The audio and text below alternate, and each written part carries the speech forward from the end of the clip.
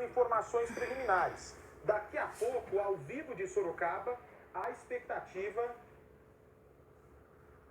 Só um minutinho, gente.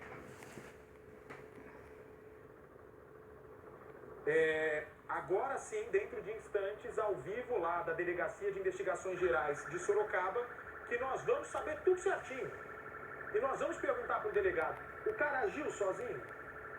Por quê? Aquele monte de tronco que colocaram em cima da Aline, um cara desse fazer isso sozinho, e não é perfil de estuprador, né, o Percival? Fazer fogueira depois de atacar a sua vítima. Não, aí você interligando todos os fatos, desde a Aline saindo após uma frustrada tentativa de comprar fraldas numa farmácia na cidade e voltar para lá, fica claro que quem atacou a conhecia, tinha informações sobre seus hábitos regulares e a seguiu. Agora, tudo indica também que o assassinato foi praticado antes do corpo ser encontrado naquele lugar lá na mata. A Aline foi assassinada e o corpo arrastado para um lugar. Lá o Bartchaí aí confere com o que você acaba de dizer. A perícia, a polícia encontram o corpo em decúbito ventral, isto é, barriga voltada para cima, o que é característico do local por onde passou o abusador. É o seguinte, eu preciso, por favor, Hamilton, saber se o escudo lá, se os policiais estão ainda em fila igual. O Carniel fez um brilhante trabalho, ele está à frente da Secretaria de Delegacia Seccional de Sorocaba. Secretaria de Segurança é o nosso general também. Está fazendo um bom trabalho. Vamos ouvir já. Foram adiantados. Não é isso? Então, vamos ver se a gente faz uma coisa sequencial aqui para não ter que ficar repetindo perguntas porque já estamos cansados já. Hoje. Hoje estamos esgotados. A gente pode começar falando um pouco de vocês. Impressionante. Vamos ouvir a entrevista. Agora, com exclusividade, o pronunciamento da Polícia de São Paulo. Fim do caso Aline agora. E na sequência devem apresentar o assassino. A doutora Luciana vai dar os detalhes sobre o fechamento dessa investigação, porém, antes mesmo dos exames científicos do Instituto Médico Legal, já haviam outros indícios que foram colhidos pela equipe de investigação, tanto da DIG de Sorocaba quanto de alumínio, e que agora vem ao encontro, esse laudo genético agora vem ao encontro de tudo que havia sido colhido e que apontava o Eronildo como o autor do homicídio e também do abuso sexual. Então nós já tínhamos algumas informações, seja de análise de câmera, seja de provas testemunhais, análise de campo, mas ainda não era consistente o suficiente para uma representação de pedido de prisão temporária. Por isso aguardamos o fechamento do laudo, que é em conteste. Não. Genético dele, nela, na Aline. Exatamente. Foi colhido quando do encontro do corpo, a perícia esteve presente, foi colhido o material não só nela como também nas proximidades do corpo onde ele foi encontrado. E depois a DIG e a Delegacia de Minas fecharam em 4 suspeitos e foram encaminhados os materiais para exame. A motivação, ao que parece, a doutora vai falar mais detalhadamente, mais crime de oportunidade. Era um homem casado que tinha filhos e já tinha passagem por crimes sexuais. Sim, ele tinha uma tentativa de estupro, casado, tem família, e ele tem esse registro de uma tentativa de estupro em 2012. Doutora, você chegado Como o doutor Carriel já explicou, isso aí foi um resultado. Vou pedir para o nosso câmera, por favor, o Pera, filmar cada delegado que estiver falando, por favor, que eu estou em tela dividida, Pera. Do lado direito estamos na Cracolândia, do lado esquerdo, tudo o fim do caso Aline agora. É importante salientar que nós tivemos inúmeras denúncias infundadas cerca de 30 denúncias que prejudicaram de sobremaneira o trabalho policial, porque nós tivemos que checar todas essas denúncias.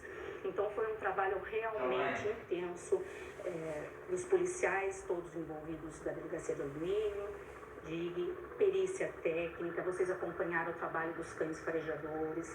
Então, os peritos do Instituto Médico Legal, do Instituto de Criminalística, nós temos que fazer um agradecimento aqui pelo trabalho, pela dedicação, pelo empenho de todos que resultou na prisão desse indivíduo hoje. E depoimento consumado? Sim, houve violência sexual, sim.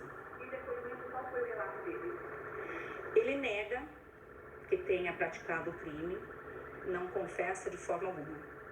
Foi na casa dele, depois da reunião, fez a mandamento? A prisão foi, sim. Depois da expedição do mandado de prisão temporária, que foi deferido por 30 dias, nós procedemos à prisão e à busca domiciliar. Agiu sozinho. Não, foi um crime de oportunidade realmente. Ele a viu passando e a seguiu, abordou, cometeu o estupro e o homicídio e no dia seguinte ele voltou para ocultar o cadáver. Então, como eu disse, ele tem uma tentativa de estupro no ano 2012. Doutora, em 2012 essa tentativa foi alumínio? Alumínio mesmo, e foi da mesma forma também, ele abordou uma moça próxima a uma mata, foi o mesmo modus operandi. O homicídio qualificado, o estupro e a ocultação de cadáver. Ele tinha mandado de prisão, doutora? Sim, nós representamos pela prisão temporária dele. O doutor também comentou a respeito de 4 suspeitos, né? Que vocês fecharam aí o centro de 4 suspeitos, mas que já tinham peso aí para eles. Sim. Vocês acreditavam, mesmo antes do laudo sair o resultado, que dizer? Sim, realmente havia 4 suspeitos, 3 deles já haviam praticado crimes sexuais, inclusive ele, né? Mas a gente já tinha fechado nele desde o dia 19. Desde o dia 19, o crime ocorreu dia 8, dia 19, a gente já tinha a identificação dele e isso foi um resultado, como eu disse, intenso de trabalho policial, de investigação realmente. Nós fechamos no dia 19 nele, mas estávamos esperando alguns laudos periciais para a confirmação e embasar a prisão. Sim, as imagens foram Você essenciais. está chegando agora no nosso Cidade Alerta, do lado esquerdo. Os detalhes, a polícia vai apresentar já já o Agora a assassino gente vai representar da mãe que foi à farmácia tentar comprar fraldas para o bebê, a Aline. e representar. E do lado direito, o trabalho da polícia agora na Cracolândia, cercando traficantes mascarados. Então, se fossemos 45 anos. Isso, 45 anos. Doutora, ele vai ficar preso aonde? Ele vai ser encaminhado. É por questão de segurança.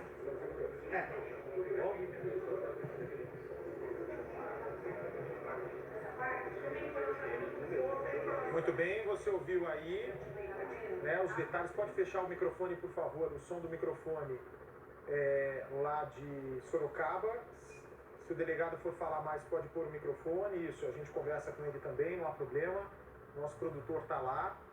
Enquanto isso, o Hamilton fala conosco. Pois não, Hamilton? Pois é, Bate, continua cercado aqui o local, que é Bate. Mas, só um minutinho, eu vou girando, você está chegando mais informações para nós. A Polícia Civil e a Guarda Civil Metropolitana.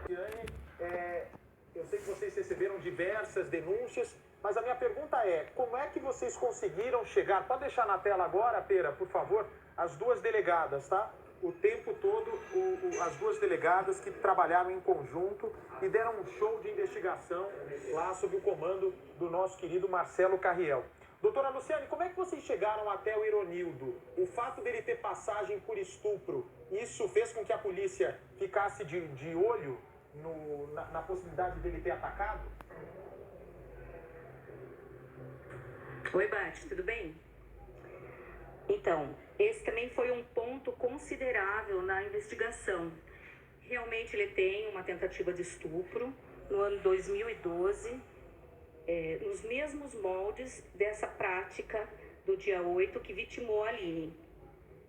Ele procedeu Mesmo modus operandi, ele abordou uma moça próxima a uma mata e a conduziu até lá, praticou violência sexual. No entanto, ele não consumou, mas o procedimento foi basicamente o mesmo. Então, isso foi ponderado também, assim como ele, outros suspeitos de prática sexual lá no município de Alumínio foram investigados e nós fomos fechando nele. As imagens foram essenciais, o trabalho da perícia técnica, do Instituto Médico Legal também, e finalizamos então com a prisão dele, né? Agora, me diga uma coisa, a doutora Priscila também fica à vontade para falar quando desejar. Mas a minha pergunta é a seguinte: esse Eronildo tem 45 anos de idade, é um homem casado, né? Tem uma filha de 19 anos, um menino de 10 Sim. anos. Vocês duas ficaram cara a cara com esse assassino? Qual foi a reação dele? Como é que foi feita a prisão? Ele confessa? Conta pra gente como é que foi esse contato agora já com o exame de DNA nas mãos, por favor.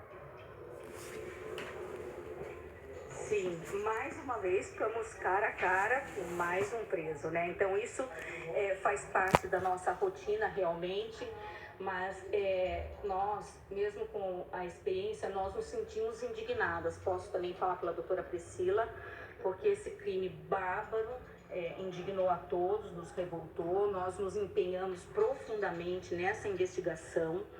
E enquanto nós não esclarecêssemos, nós não iríamos ter sossego. Então essa é uma resposta à família, uma resposta à sociedade, que a Polícia Civil está trabalhando sempre com afinco e dedicação. Ficamos frente a frente com ele. Ele realmente não confirma a prática, ele não confessa. Ah, ele não confessa? E quando confrontado com a imagem da câmera de segurança e o resultado de DNA, qual foi a reação dele, doutora? Não, ele já solicitou advogado de pronto, que foi atendido, e negou todas as vezes, indagado, questionado, confrontado, ele nega. Agora, me diga uma coisa, vocês têm muita experiência, né? Embora sejam muito jovens as duas, mas tem muita bagagem já na polícia aqui de São Paulo. Obrigada. Me diga uma coisa que me chamou muita atenção nesse caso. O corpo dessa moça, né, estaria debaixo de troncos de árvore e parte da perna queimada. Isso mostra que ele tentou, né, se desfazer do corpo, botando fogo nele. Isso é comum num ataque sexual? Ele conseguiria fazer aquela fogueira sozinho? Na verdade, ele não fez no mesmo momento que ele cometeu o homicídio estupro. Ele retornou no dia seguinte, no local onde ele havia deixado o corpo, e ele ali então, ele teve tempo hábil para colocar fogo e ainda sair pela mata. E por que Inclusive a testemunha que o viu saindo. Ah, tem uma testemunha também, então.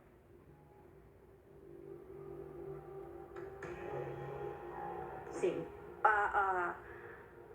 O fogo não foi no mesmo momento, não foi no domingo, foi na segunda, no início da manhã, Beth. Então, mas por que só parte da perna está queimada, doutora? O que é que a senhora imagina que tenha acontecido para o plano dele, que era botar fogo, não ter sido executado? Na verdade, ali pode haver diversos fatores ainda que estão faltando confirmação em relação à substância acelerante. O que realmente ele colocou ali.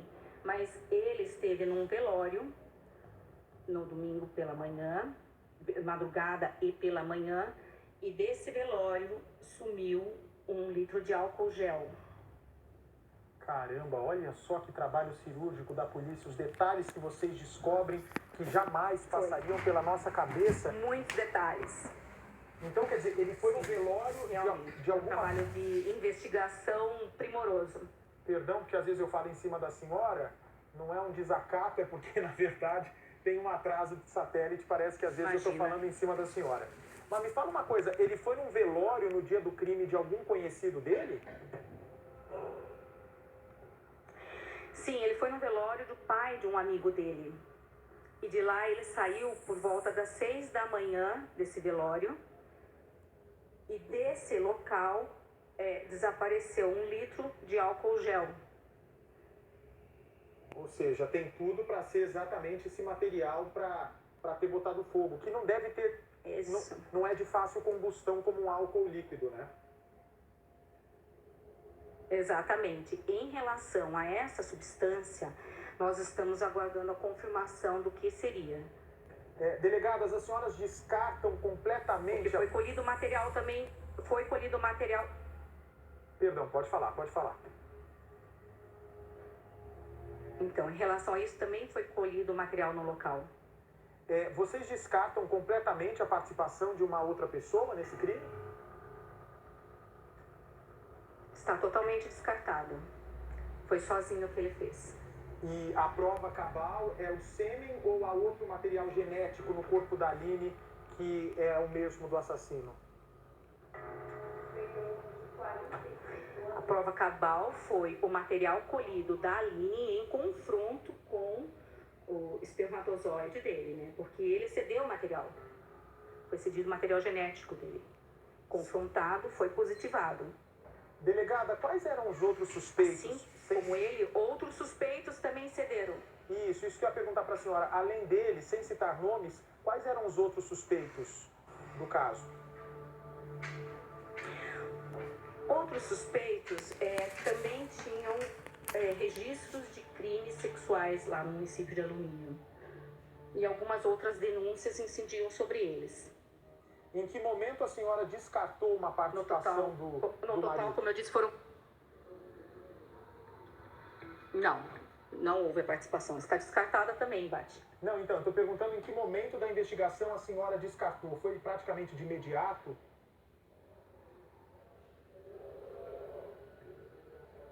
Nossa, eu não ouvi agora. Falhou. Oi. Viu, Pri?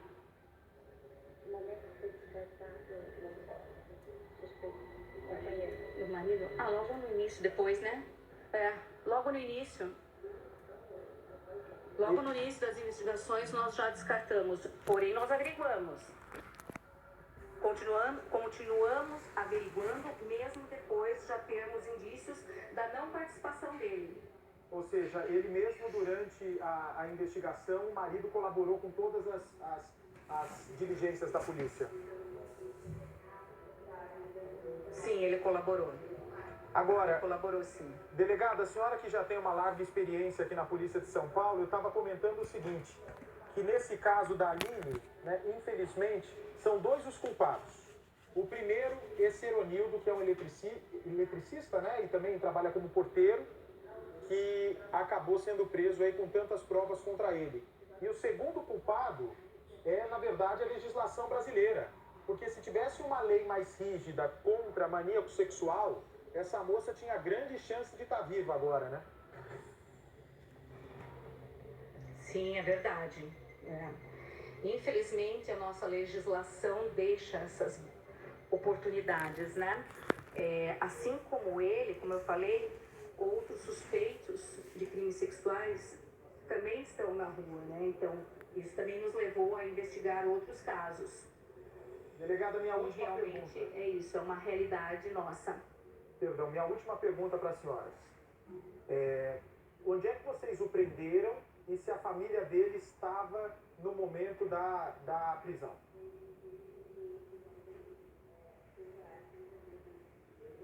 Então, nós representamos pela prisão temporária dele e pela expedição de mandado de busca domiciliar, e a prisão se deu na residência.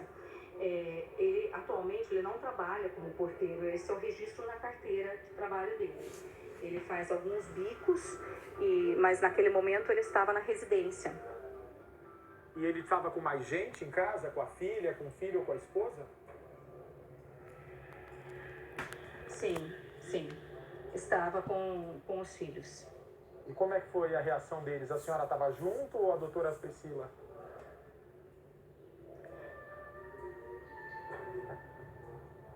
Não, a reação ele não reagiu, simplesmente ele foi conduzido sem reação nenhuma. Quando depois nós falamos para ele, logo ele já pediu o advogado, como eu disse, foi prontamente atendido e conduzido à delegacia. E agora, o que é que vai acontecer com Na ele? residência, Para onde ele vai ser encaminhado?